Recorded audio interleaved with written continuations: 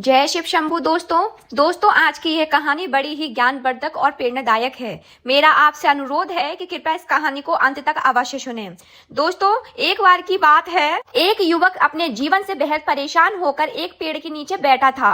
ऊपर से उसके घर वालों के रोज ताने सुनता। जब भी उसके घर वाले या रिश्तेदार उसे मिलते तो बस यही उससे कहते, अभी तक तुम अपने जीवन में क्या कर रहे हो। उसके परिवार वाले भी अब उसकी स्थिति को लेकर बेहद चिंतित रहने लगे थे। कोई कहते थे इसका क्या होगा, या अपने जीवन में कुछ कर पाएगा भी या नहीं। हर बार जब वह कोई काम करने जाता तो लोग उसके सीधेपन का फायदा उठाते थे, उसको परेशान करते थे। वह कुछ ज्यादा कह नहीं पाता था और इसी चुप्पी की वजह से लोग उसे नीचे दिखा जाते। इन्हीं सब कारणों की वजह से उसका मन कहीं भी नहीं लग रहा था किसी भी काम में। हर काम को वह कुछ ही दिनों में छोड़ देता।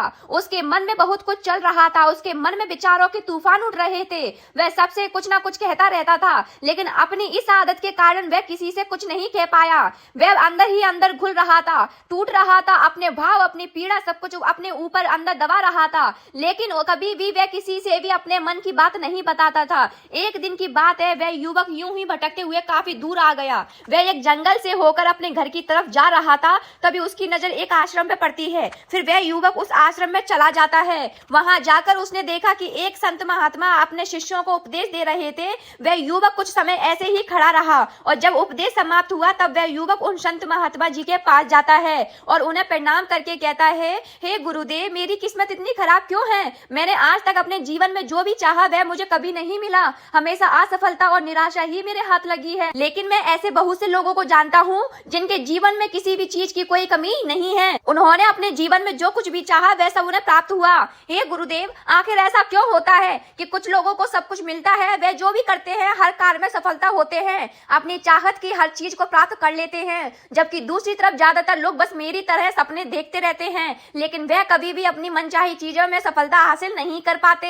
युवक ने आगे कहा, गुरुदेव, कृपया आप मुझे ऐसा कोई उपाय बताइए जिससे मैं भी अपने भाग्य को ठीक कर सकूं और मनचाही सफलता हासिल कर सकूं। संत महात्मा जी ने उस युवक की पूरी बात बहुत ध्यान से सुनी और फिर कहा, बेटा, तुम जिन सफल लोगों की बात कर रहे हो सकता है उनमें से कुछ लोग अपने भाग्य के सहारे सफल हो गए हों, लेकिन अधिकांश लोग भाग्य के सहारे नहीं बल्कि इसलिए सफल हुए हैं क्योंकि उन्होंने अपनी सफलता को मेहनत और अनुशासन से हासिल किया है। सफलता प्राप्त करने और लगातार सफल बने रहने के लिए इंसान में कुछ खास आदतें और एक विशेष दृष्टिकोण होना बेहद आवश्यक है, जिसके बारे में आज मैं तुम्हें बताने जा रहा हूँ। बस मेरी पूरी बात को अंत तक ध्यान से सुनो।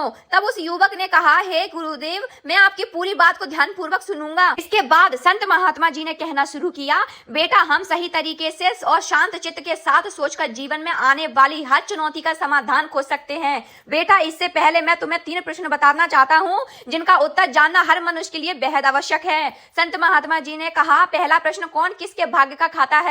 दूसरा प्रश्न, इस संसार में सबसे बड़ा शक्तिशाली कौन है। और तीसरा प्रश्न है, अपनी वाणी से पलट जाता है का अंत में क्या परिणाम होता है। फिर संत महात्मा जी आगे कहते हैं, बेटा, ये तीनों ही प्रश्न बहुत ही ज्यादा महत्वपूर्ण हैं क्योंकि इनके उत्तरों में जीवन की गहरी सच्चाई छिपी है और इन तीनों प्रश्नों के उत्तर हर मनुष्य को जानना जरूरी होता है। इसलिए मैं तुम्हें एक कहानी सुनाना चाहता हूँ। इस कहानी से तुम्हें इन तीनों प्रश्नों को उत्तर मिलेंगे, इसलिए तुम इस कहानी को ध्यान लगाकर सुनना। तब वह युवक संत महात्मा जी से कहता है, हे गुरुदेव, कृपया मुझे वह कहानी सुनाइए। तब संत महात्मा जी कहानी सुनाना प्रारंभ करते हैं। वह कहानी सुनाते हुए कहते हैं, बेटा, एक समय की बात है, एक घने जंगल में एक बहुत पुराना और विशाल बरगद का पेड़ था। उसी पेड़ की एक ऊंची शाखा पर एक बाज पक्षी रहता था। उस पेड़ से थोड़ी ही दूरी पर एक बिल था। उस बिल में एक सांप रहता था जो वर्षों से वही निवास करता था। फिर एक दिन जैसे ही वह सांप उस बिल से बाहर निकलने लगा तो ऊपर बैठे बाज पक्षी की नजर उस पर पड़ गई। जब वह सर्प उस बिल से बाहर निकलने लगा तो बाज पक्षी ने उसी क्षण उस सर्प पर झपटा मारा, लेकिन उस सर्प ने अपना पूरा शरीर बाहर नहीं निकाला था, इसलिए वह तुरंत अपने बिल में वापस घुस गया।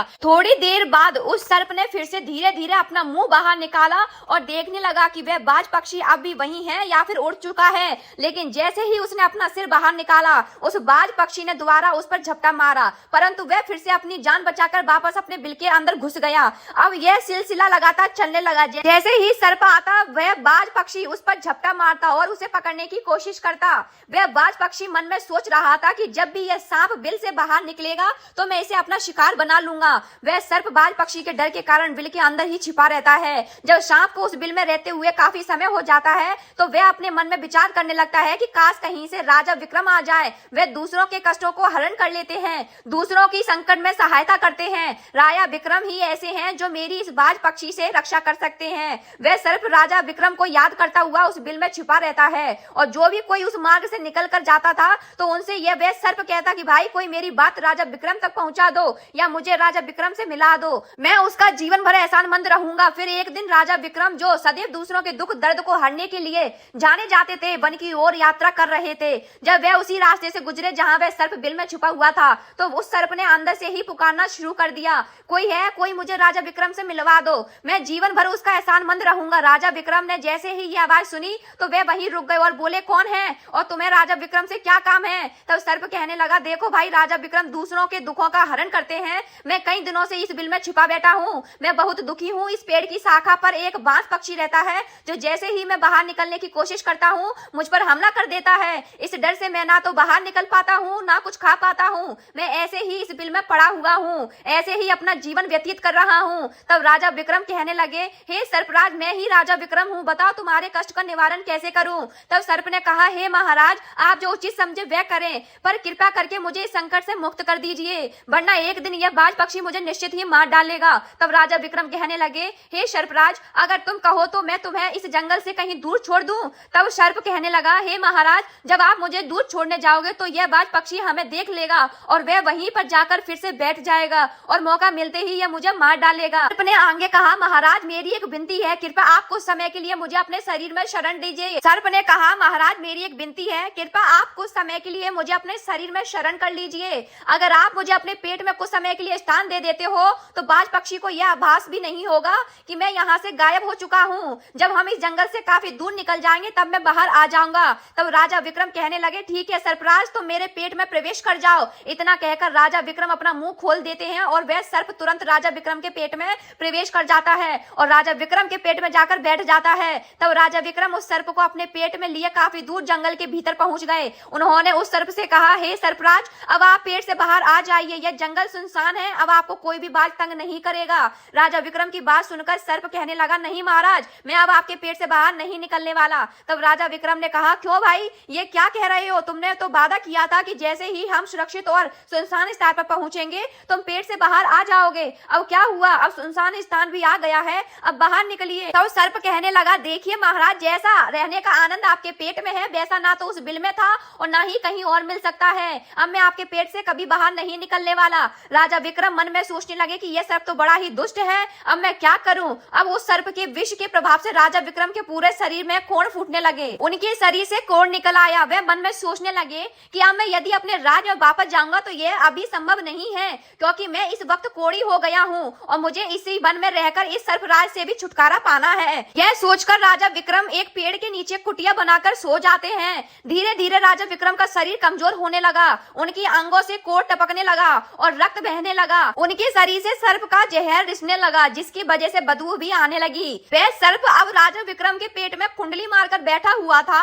और राजा विक्रम अब एक पेड़ के नीचे कोढ़ी हालत में पड़े हुए थे। अब इधर उन्हीं के समय एक प्रसिद्ध नगर था जिसका नाम था श्रावस्ती। श्रावस्ती नगर के सम्राट थे राजा ताम्रध्वज। राजा ताम्रध्वज बड़ा ही अहंकारी और अभिमानी राजा था। उनकी 3 पुत्रियां थी। बड़ी बेटी का नाम था रूपवती, फिर उससे छोटी वाली कन्या थी, उसका नाम था कुमुदिनी, फिर सबसे छोटी वाली कन्या का नाम था चित्रलेखा। एक दिन राजा ताम्रध्वज ने अपनी तीनों पुत्रियों को बुलाया और उनसे एक प्रश्न किया, बताओ पुत्रियों, तुम किसके भाग्य का खाती हो? तब राजा के डर से 2 पुत्रियां कहती हैं, पिताजी, हम तो आपके भाग्य का ही खाते हैं। लेकिन सबसे छोटी पुत्री जिसका नाम चित्रलेखा था उसने निर्भर होकर कहा, अपने पिता से कहा, नहीं पिताजी, मैं किसी के भाग्य का नहीं खाती हूँ, मैं तो केवल अपने ही भाग्य का खाती हूँ। छोटी बेटी चित्रलेखा की बात सुनकर राजा को बहुत ज्यादा क्रोध आया और उन्होंने उसी वक्त नाई और राजपुरोहित को बुलाया और राजपुरोहित से कहा, आप दोनों बेटियों का रिश्ता राजघराने में करा दो और छोटी वाली बेटी इसका रिश्ता ऐसे व्यक्ति से करो जो अपंग ही कोढ़ी हो, जिसके हाथ पैर ना हो, उसके साथ करके आ जाओ। फिर राजा का आदेश मिलते ही नाई और राजपुरोहित तीनों बहनों का रिश्ता करने के लिए चल देते हैं। दोनों बेटियों का रिश्ता उन्होंने प्रतिष्ठित राजवंशों से तय कर दिया और फिर वह तीसरी बेटी चित्रलेखा के लिए किसी अपंग और कोढ़ी वर की तलाश में आगे बढ़े। इसी खोज में वह वन के उस हिस्से में जा पहुंचे जहां राजा विक्रम अब झोपड़ी में कोढ़ी अवस्था में पड़े हुए थे। सर्प के विष ने उनके शरीर को गलाना शुरू कर दिया था। राजा विक्रम को देखकर नाई और राजपुरोहित आपस में कहने लगे कि इससे अच्छा वर हमें कहीं और नहीं मिलेगा, इसलिए इसके साथ ही राजा की छोटी लड़की चित्रलेखा का रिश्ता करके चलते हैं। फिर राजा विक्रम के साथ नाई और राजपुरोहित पुरोहित ने राजा ताम्रध्वज की छोटी बेटी चित्रलेखा का विवाह तय कर दिया और राजा ताम्रध्वज ने भी बहुत जल्दी ही चित्र को उस वन में ले जाकर वहीं उस कोढ़ी राजा विक्रम के साथ उसका विवाह संपन्न कर दिया। राजा विक्रम जैसे महापराक्रमी राजा समय की चपेट में आ गए और एक कोढ़ी का जीवन जी रहे थे। वहीं चित्रलेखा एक आदर्श पतिव्रता स्त्री थी। उसने अपने पति की सेवा में कोई कमी नहीं छोड़ी। वह कठिन परिस्थितियों में भी अपने कर्तव्य निभा रही थी और वही दूसरी ओर उसकी दोनों बड़ी बहनें शानदार महलों में राजाओं के संग सुखमय हो जीवन बिता रही थी। लेकिन चित्रलेखा जंगल में अपने बीमार और कोढ़ी पति के साथ दुखी जीवन काट रही थी। कहते हैं जो व्यक्ति अपने नियम और सिद्धांतों पर रहता है और सदैव धर्म का पालन करता है, ईश्वर उसे कभी भी अकेला नहीं छोड़ते। भगवान ऐसे लोगों को सच्चा सुख और आनंद देते हैं। इसी प्रकार जब चित्रलेखा को झोपड़ी में रहते हुए राजा विक्रम की सेवा करते करते कई महीने बीत गए तो उनके जीवन में एक नया मोड़ आया। उसी झोपड़ी के पास एक पुराना पीपल का पेड़ था और उस पीपल के पेड़ के नीचे एक दूसरे सर्प का बिल था। तो एक रात की बात है जब राजा विक्रम गहरी नींद में सो रहे थे और चित्रलेखा उनके पास बैठकर सेवा कर रही थी, तब उस पीपल के पेड़ के बिल से एक सांप बाहर निकलता है और बाहर निकलकर जो राजा विक्रम के पेट में जो सर्प था, जो राजा विक्रम के पेट में कुंडली मारकर बैठा हुआ था, उस सर्प से वह सर्प कहने लगता है, अरे दुष्ट, अपने वचन मुकर गया। तूने राजा विक्रम से कहा था कि तू दूर वन में सुरक्षित स्थान पर जाकर राजा विक्रम के पेट से बाहर निकल जाएगा, लेकिन तू तो उनके पेट में जाकर बैठ गया। राजा विक्रम जैसे ही परोपकारी और धर्मात्मा के शरीर में जहर फैलाकर तूने उन्हें तड़पने के लिए छोड़ दिया है। क्या तुझे जरा सी भी लज्जा नहीं आई? तूने कितना गलत काम किया है, क्योंकि इतने समय में राजा विक्रम ना जाने कितने ही जीवों का दुख दूर करते हैं। ऐ सर्प आगे कहता है, यदि कोई मुझे सुन रहा हो तो मैं तेरे मरने का उपाय बताता हूँ। यदि कोई गंगा जल लाकर राजा को पिला दे तो तेरे उसी समय 100 टुकड़े हो जाएंगे और मल के रास्ते से बाहर निकल जाएगा। तभी राजा के पेट में बैठा हुआ वह सर्प दूसरे सर्प से कहने लगा कि तेरे जैसा भी मैंने कभी नहीं देखा। तू खुद धन के खजाने पर कुंडली मारकर बैठा है। अगर यह धन लोगों के भले में ना लगाया जाता है तो ना जाने कितने मानवों का कल्याण हो सकता है। मैं भी तेरे मरने का उपाय बताता हूँ। यदि कोई मुझे सुन रहा हो तो पीपा तेल गर्म करके तेरे बिल में डाल दे तो तू उसी समय भस्म हो जाएगा, और अगर कोई बिल वाले स्थान की खुदाई करेगा तो यहाँ से अपार धन संपत्ति निकलेगी। इन सारी बातों को चित्रलेखा बहुत ध्यान से सुन रही थी। उसके मन में विचार आया कि यह तो राजा विक्रम है और उनके पेट में एक सर्प बैठा हुआ है, इसने इन्हें इस हाल में पहुंचा दिया है। राजा विक्रम के शरीर से निरंतर रक्त बह रहा था और उनके घावों से सर्प का विष अब भी बाहर निकल रहा था। इस दृश्य को देखकर बेचारी चित्रलेखा बेहद व्याकुल हो उठी। वह तुरंत निकली और कुछ दूर स्थित एक ऋषि मुनिवरों के आश्रम में पहुंच गई। वहां पहुंचकर उसने विनम्रता से ऋषियों से अनुरोध किया, ए महात्मा जी, कृपा करके मुझे कलश गंगा जल प्रदान कीजिए, मुझे उसकी अत्यंत आवश्यकता है। तब ऋषि ने कहा, बेटी तुम कौन हो, गंगा जल का क्या करोगी? तब चित्रलेखा ने कहने लगी, मुनिवर, मैं राजा ताम्रध्वज की पुत्री चित्रलेखा हूँ और यह गंगा जल मेरे पति के प्राण बचाने के लिए औषधि स्वरूप चाहिए। फिर ऋषियों ने उसकी विनम्रता और भावुकता को देखकर तुरंत एक पात्र में गंगा जल दे दिया। चित्रलेखा बिना समय गवाए उस गंगा जल को लेकर सीधा राजा विक्रम के पास पहुंची। वहां पहुंचकर वह बोली, महाराज, यह औषधि है, इससे आपके कोढ़ ठीक हो जाएंगे, कृपया आप इसे ग्रहण कर लीजिए। फिर राजा विक्रम ने वह गंगा जल पी लिया। जैसे ही गंगा जल राजा विक्रम के भीतर गया तो उनके पेट में छिपा हुआ वह दुष्ट सर्प उसी क्षण सैकड़ों टुकड़ों में विभाजित होकर नष्ट हो गया। वह विषैला सर्प धीरे धीरे राजा विक्रम के शरीर से बाहर आ गया। धीरे धीरे राजा के घाव भरने लगे, उनका शरीर पुनः शक्तिशाली और स्वतः हो गया।